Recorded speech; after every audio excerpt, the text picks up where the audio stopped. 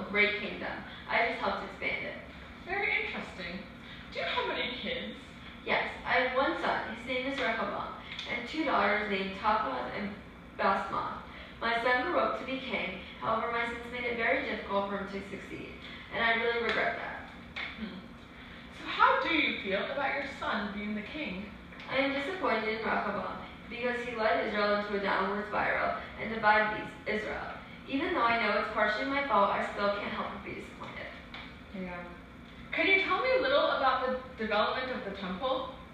I built the first holy temple in Jerusalem for Hashem. I made sure that all the pieces of the temple were built and ready to go before bringing them to the Temple Mount, because I wanted to make sure that no metal weapons would be used on the mount. I always believed the temple was a place of peace. The Temple Mount has always been very special to me. How did you manage to create such powerful alliances with other nations?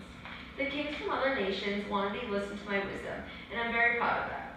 I also formed romantic or sexual relationships with many foreign women, and that also helped me form political relationships. I deeply regret messing around with all those women, especially after God warned me not to. The women also influenced me in very negative ways, including bowing down to idols. I know I was punished for this, and I feel like I deserved it very much, but I wish it didn't affect my son as much. Can you tell me a little about the book of Proverbs? The book of Proverbs is a book full of quotes and wisdom. I put a lot of time and wisdom into the book, and it is one of my biggest sources of pride. My wisdom is one of the greatest attributes, and I love that I can put it in one place. Makes sense. So how do you feel about the way God reacted to your sins?